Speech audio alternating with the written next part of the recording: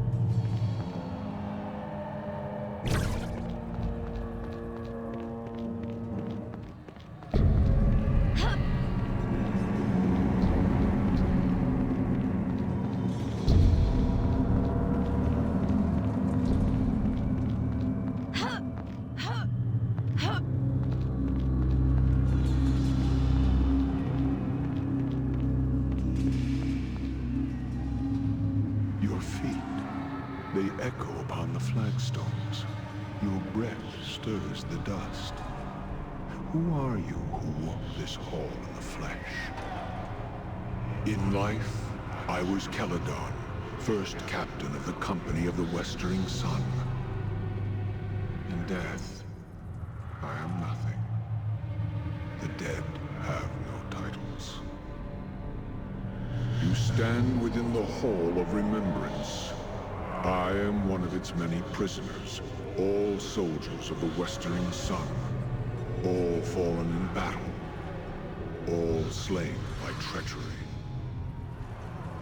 Our spirits are shackled to the walls and shadows of this tower. We are doomed to stand, to remember, and to wait for Eldred's release, and our own. Who is Eldred? Much time has passed, I see, for how many names to have been ground beneath time's heel. Have you not heard of Eldred the Betrayer, the traitress of swords, Eldred of the Westering Sun? That she has been forgotten is irony of a sort.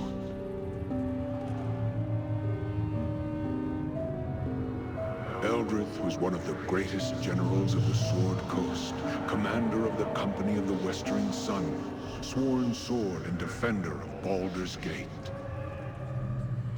She served with honor and distinction in the first and last seasons of the Sundering War, the Crescent Port Siege, and finally, the campaign against the Black Horde. In all these battles, she was victorious. Where she led, we followed. Glory drew us, loyalty kept us, and we were proud to serve beneath her banner. Our lives were hers, and our deaths were hers. I do not know when pride burrowed into her heart, but it poisoned her. It was a poison I did not see until it was too late. Eldred had fought too many battles, achieved too many victories, and she had come to see the city of Baldur's Gate as her own.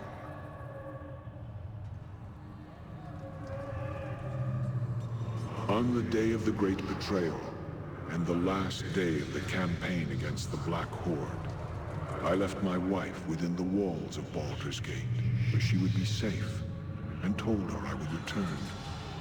She was one of the most beautiful elven maids I have ever known. There are times when I feel as if I hear her singing for me still, waiting for my return. Then I fear her spirit shall never be laid to rest while I am trapped here. My wife, to think that she suffers still, and for my sake. Our company took the field against the Horde and scattered them, even though the orcs and goblins outnumbered us 5-1. Still, in the rout, almost half their forces survived and fled the field. Eldred was determined to pursue them. The Dukes of Baldur's Gate refused.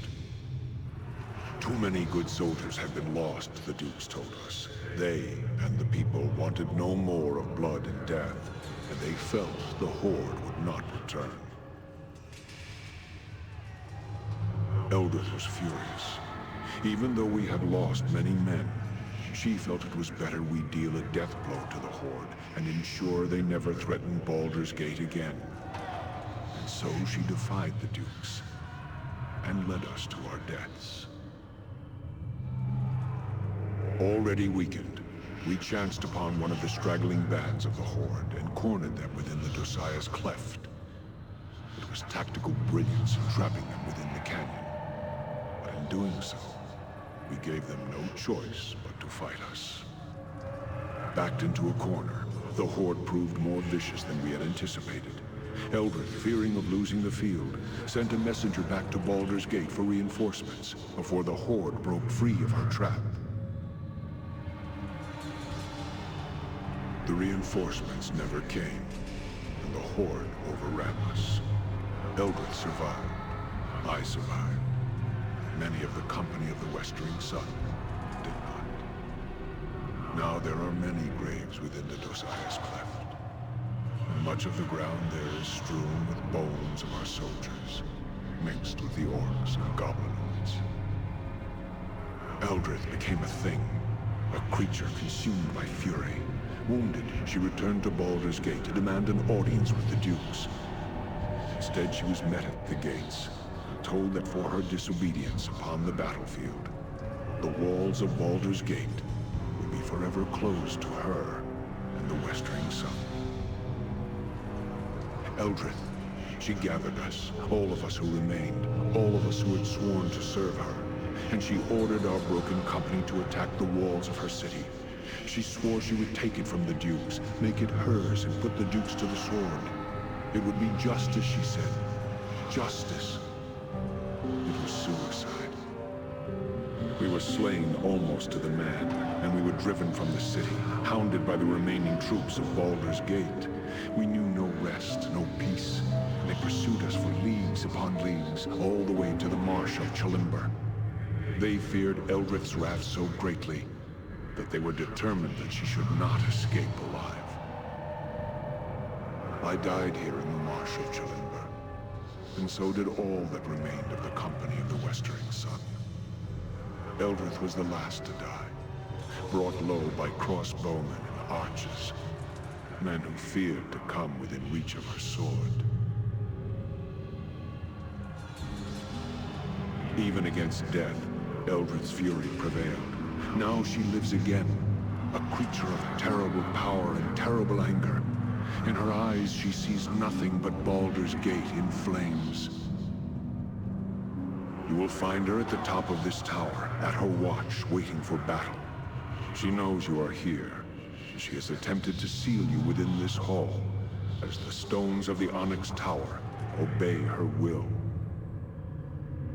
But even as she is the mistress of the tower, our spirits are part of the tower as well. I shall allow the stones of this hall to part so that you may reach her, and I pray, kill her for the last time.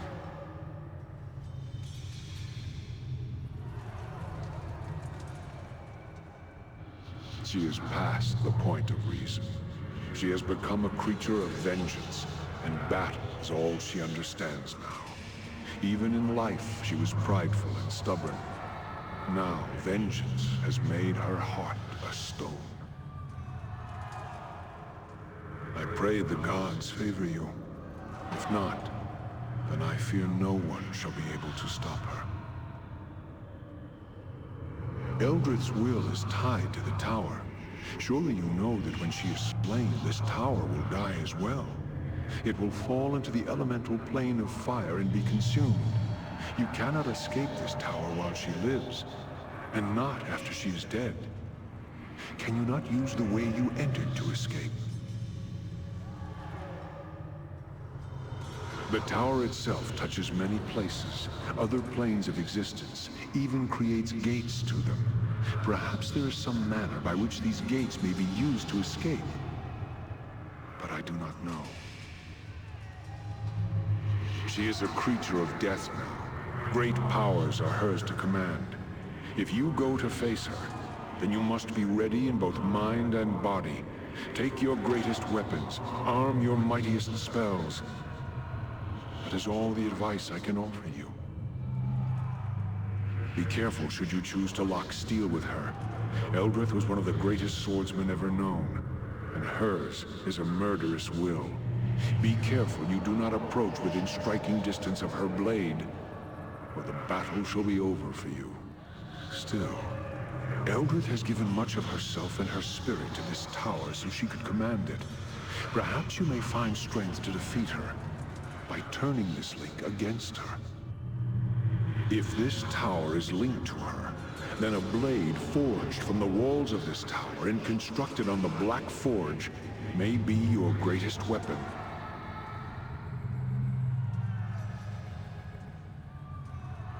I wish that we could, but we are trapped here in this hall and cannot leave. We will pray for you, stranger, as we pray for all Baldur's Gate. May the gods watch over you. Our spirits will watch over you, little brother. We will shield you from her eyes and keep you safe.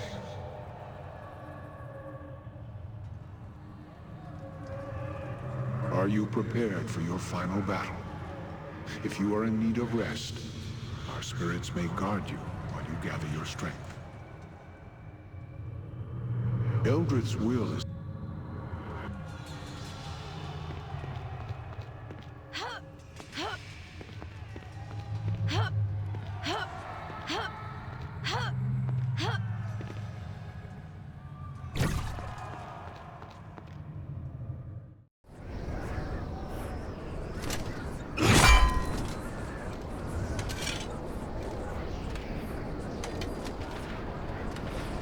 So, the dogs of Baldur's Gate once again hound me, and all the way to my sanctuary this time, though it lies a horizon's distance from their walls. Can it be they fear me that much? They have that much wisdom, at least.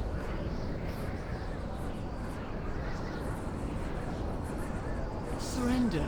Huh. I who have bested death. I have nothing to fear from you, or Baldur's Gate. I served Baldur's Gate with all of my first life, only to be repaid with betrayal. They cost me a battle, the lives of my soldiers, and my reputation. Now I am but a sentence or two in a sage's book, a footnote. Forever traitor. Now you dare to invade my fortress, demand my surrender? I shall not bend my knee to you or them ever. An eternity may die before I would ever consider showing them mercy. As I died, they shall die, alone, betrayed, and forever cursed. Then you shall die. I command this tower. I command all within it. All your small victories, all the damage you caused, can be undone. Know that as long as I stand, the war against Baldur's Gate shall continue, and I shall be victorious. You may hold the field, dog, but the day is mine. Now, let us end this.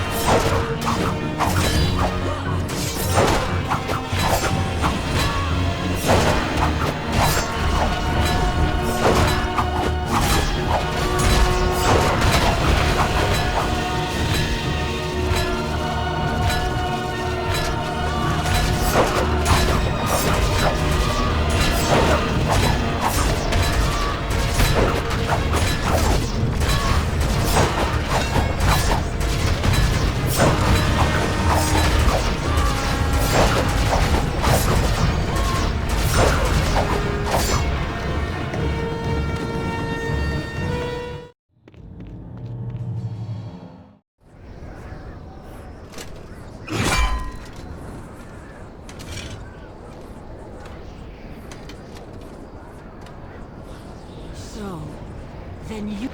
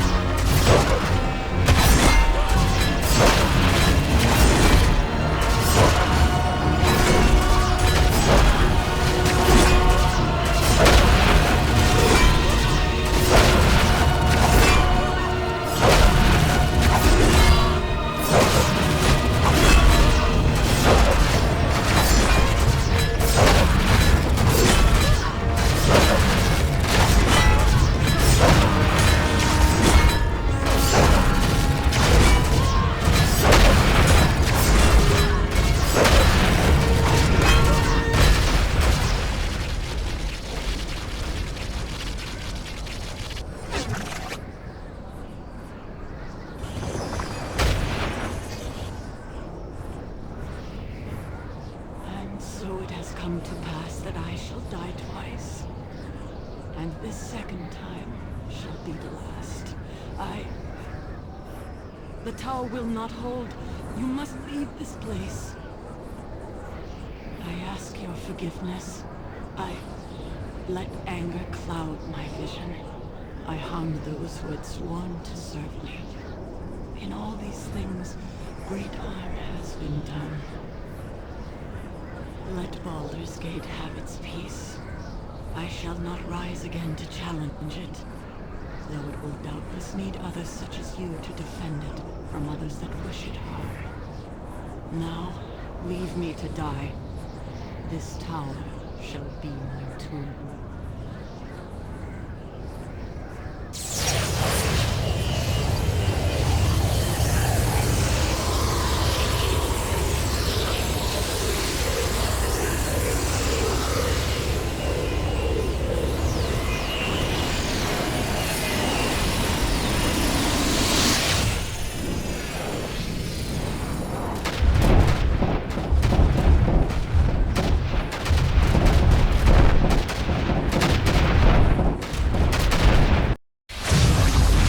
In the flash of the portal's light, Eldrith's tower was no more.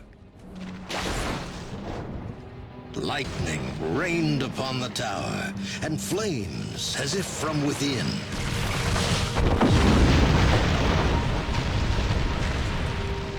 And thus, in a storm of fire and lightning, Eldrith died her second death. But it was all part of a much larger design. It is done. Eldrith is undone. And her threat to us and our plans has been ended. And the Harper that defeated her, killed. Now we may continue without interference, Master.